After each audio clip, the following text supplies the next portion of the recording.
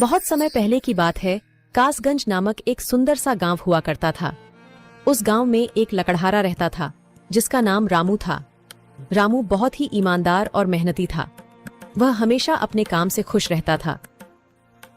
उसके पास ज्यादा पैसे नहीं थे, लेकिन वह अपनी जिंदगी से संतुष्ट था। रामू के परिवार में उसकी पत्नी और उसके 2 बच्चे थे। रामू सेठ लालचंद के यहाँ लकड़ी काटने का काम करता था और लकड़ी काटने के बदले में सेठ लालचंद रामू को पैसे देता था, जिससे रामू और उसके परिवार का जीवन व्यापन होता था। सुमन, मैं काम पर जा रहा हूँ। आज बहुत देर हो गया है, तो तुम बच्चों को स्कूल छोड़ आना। जी, स्कूल तो मैं छोड़ आऊंगी, लेकिन मोनू और चिंकी पिछले 2 दिन से कह रहे हैं कि उनके स्कूल की टीचर स्कूल की फीस मंगा रही है। हाँ, तो जाकर दे आओ ना स्कूल की फीस। अजी कहाँ से दूं? आप जो पगार लाते हैं उसमें मुश्किल से तो घर चल पाता है। अब उतनी सी तनख्वाह में मैं बच्चों की फीस का इंतजाम कैसे करूं? अजी मैं एक बात आपको साफ साफ कह देती हूँ, आप सेठ लालचंद जी से पगार बढ़ाने की बात कहिए। दिन पर दिन खर्च बढ़ता जा रहा है। बाजार में अगर सब्जी लेने निकलो तो सब्जियों के दाम आसमान छू रहे हैं, और बच्चों की पढ़ाई का खर्चा, घर का खर्चा अब इतनी कम तनख्वाह में कैसे गुजारा होगा? ठीक है, मैं आज ही सेठ जी से थोड़ा पगार बढ़ाने की बात करता हूँ। इतना कहकर रामू काम पर चला जाता है।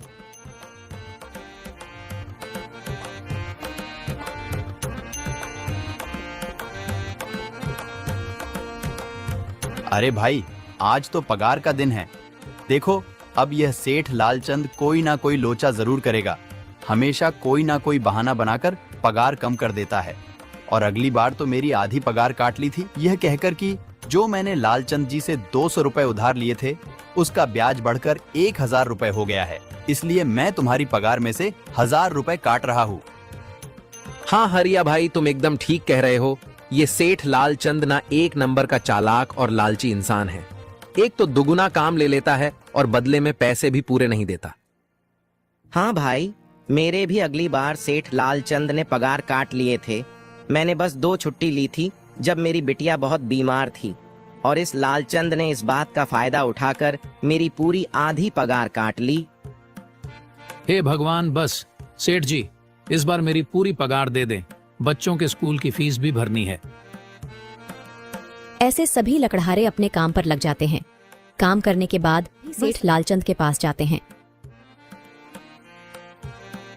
सेठ जी, महीना पूरा हो गया है, हमें हमारी तनख्वाह दे दीजिए। देखो भाइयों, अभी मेरे पास तुम्हें देने के लिए पैसे नहीं है। अभी माल नहीं बिका है, सारा माल गोदाम में ही पड़ा हुआ है। कल या परसों तक तुम्हें तुम्हारी तनख्वाह मिल जाएगी। पर सेठ जी, अभी हमारे पास बिल्कुल पैसे नहीं बचे हैं। घर का भी सामान लाना है, बच्चों की फीस भरनी है।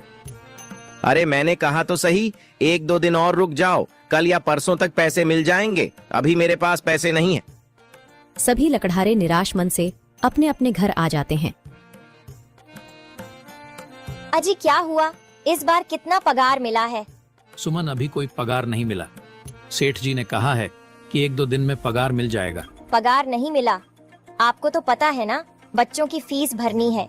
इनकी स्कूल टीचर ने आज साफ साफ चेतावनी दे दी है कि अगर कल फीस नहीं लाई तो बच्चों को घर पर ही बिठा लेना। अब बताओ मैं क्या करूं? मैं क्या करूं सुमन, यह सेठ जी समय पर कभी पैसे देते ही नहीं है। अब तो बस हम इंतजार के सिवा और कुछ नहीं कर सकते। 1-2 दिन की बात है, देख लेते हैं।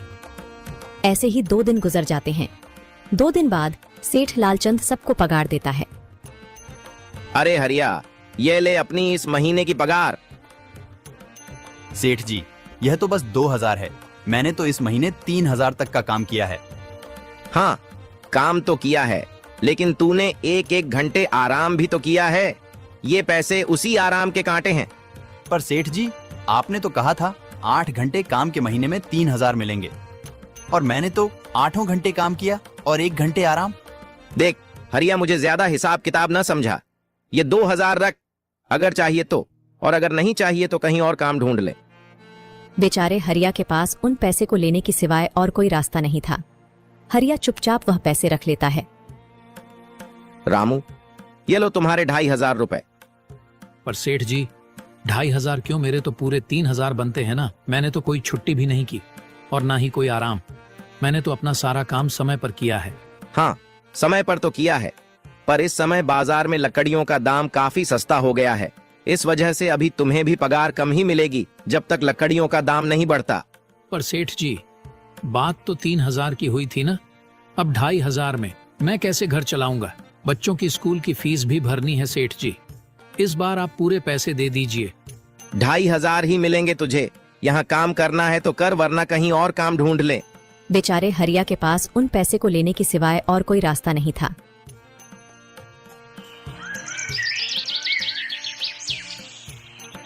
अरे भाई, यह सेठ लालचंद एक नंबर का बेईमान इंसान है। सारे पैसे अपने जेब में भर लेता है और बहाने बनाता है कि लकड़ियों के दाम सस्ते हो गए हैं। देख लेना, हम गरीबों की किसी न किसी दिन इसे जरूर हाय लगेगी। नहीं हरिया, ऐसे नहीं कहते। वह हमारे अन्नदाता है, आखिर उन्हीं के वजह से तो हमारा घर चल रहा है। अरे काहे का अन्नदाता? काम के पूरे पैसे तो देता नहीं है। पूरे महीने मेहनत करके भी क्या मिलते हैं? बस ये 2,000 रुपए, इसमें घर खर्च कैसे चलाएं? ऐसे तो हम कभी तरक्की नहीं कर पाएंगे। और हम कर भी क्या सकते हैं हरिया? हमें लकड़ी काटने की सिवा और कोई काम कहाँ आता है? और कोई काम खोलना भी चाहे तो उसके लिए हमारे पास इतने पैसे कहाँ हैं? अब जो भी हो, हमारा तो बस ये सेठ लालचंद ही सहारा है ना। कुछ देर बातें करने के बाद अपने घर की ओर निकल पड़ते हैं।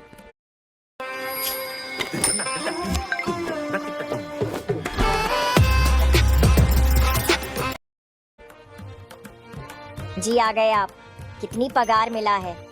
सुमन, इस बार सेठ जी ने बस 2,500 रुपए ही दिए हैं। बस 2,000? इतने में कैसे घर चलाएंगे? बच्चों की फीस में ही 1,000 रुपए निकल जाएंगे, फिर 1,500 में क्या क्या करेंगे? अब मैं क्या कहूँ सुमन, अब तुम्हें इसी में ही गुजारा करना होगा। तुम सबसे पहले बच्चों की फीस भर देना, इसके बाद बाकी का मैं देखता हूँ। अजी आप क्या देख लोगे? सेठ जी से पूरे पैसे तो मांगे नहीं गए आपसे? नहीं सुमन, मैंने सेठ जी से पैसों के लिए कहा था, पर सेठ जी ने साफ इनकार कर दिया और कहा, यह लेना है तो लो, वरना कहीं और काम ढूंढ सकते हो। मैं सोच रहा हूं कि लकड़ी काटने के बाद मैं कहीं और भी काम ढूंढ लूं। सेठ जी के यहां से काम करने के बाद मैं दूसरी जगह पर काम किया करूंगा, इससे कुछ ज्यादा आमदनी हो जाएगी। आज ही मैं सेठ जी के यहां पर काम करने के बाद और भी जगह काम ढूंढने जाऊंगा। इतना कहकर रामू काम पर निकल जाता है और जैसा कि रामू ने कहा था, वह लालचंद के यहाँ काम करने के बाद काम की तलाश में निकल जाता है।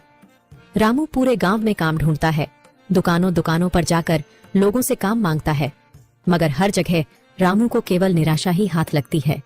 अंत में थक हार कर रामू वापस जाने लगता है। तभी वह देखता है कि अचानक बहुत सारे भैंसों का झुंड उसकी तरफ दौड़े आ रहा है। यह देखकर रामू बहुत डर जाता है। वह इधर उधर देखता है तो उसे एक गुफा दिखती है और वह गुफा में जाकर छुप जाता है। जब भैंसों का झुंड वहां से निकल जाता है तब रामू की जान में जान आती है। हे भगवान, आज तो बाल बाल बच गया मैं, वरना आज तो मैं इन भैंसों के पैरों तलों तो कुचला ही जाता। पर यह मैं कहाँ आ गया? रामू यह सब सोच ही रहा था कि तभी उसकी नजर गुफा में रखी एक टोकरी पर जाती है। रामू उस टोकरी के पास जाता है। ये कैसी गुफा है? ये कैसी टोकरी यहाँ पड़ी है? इसे मैं घर ले जाता हूँ, सामान रखने के काम आ जाएगी। रामू जैसे ही उस टोकरी को हाथ लगाता है, गुफा में से एक आवाज आती है, रुक जाओ, इसे छूने की कोशिश मत करो। यह आवाज सुनकर रामू एकदम पीछे हट जाता है। तभी गुफा में एक जिन्न प्रकट हो जाता है और वह रामू से कहता है, कौन हो तुम और मेरी गुफा में क्या कर रहे हो? मुझे माफ करना, आप जो भी हो। कुछ भैंसों का झुंड मेरे पीछे पड़ गया था और उनसे बचने के लिए मैं इस गुफा में आकर छिप गया और फिर मेरी नजर इस टोकरी पर गई। माफ कीजिए, मुझे लगा यहाँ कोई नहीं है तो यह टोकरी किसी की नहीं होगी, इसलिए मैंने इसे छुआ। रामू, तुम्हें डरने की जरूरत नहीं है। मैं तुम्हारे बारे में सब जानता हूँ। मेरी नजर एक बार भी जिस पर पड़ जाती है, मैं उसका इतिहास अपनी खुली आंखों से देख सकता हूँ। पर आप है कौन और आप इतने विचित्र क्यों दिखाई पड़ रहे हैं? आप अपना परिचय दीजिए। कौन है आप? मैं एक जिन हूँ और मैं कई सालों से इस गुफा की रक्षा कर रहा हूँ। यह गुफा मेरे पूर्वजों की है। इस गुफा में केवल वही इंसान घुस सकता है जिसका मन बिल्कुल पवित्र हो। अगर तुम अपवित्र होते तो तुम इस गुफा में कभी नहीं घुस पाते। तुम एक सच्चे इंसान हो, इसलिए तुम इस गुफा में घुस पाए और इस टोकरी को छू पाए। अब तुमने इस टोकरी को छुआ है तो यह टोकरी तुम्हारी हुई। नहीं, मुझे ये टोकरी नहीं चाहिए, मैं तो बस देख रहा था। डरो मत रामू, तुम ये टोकरी ले जाओ। ये कोई साधारण टोकरी नहीं है, बल्कि यह जादुई टोकरी है। जादुई टोकरी? क्या यह वही जादुई टोकरी है जिसके बारे में हमारी दादी कहानी सुनाई करती थी कि किसी गांव में एक जादुई टोकरी हुआ करती थी और वह सबकी इच्छाएं पूरी करती थी? हाँ रामू, ये वही जादुई टोकरी है। अब तुम इस टोकरी के मालिक हो।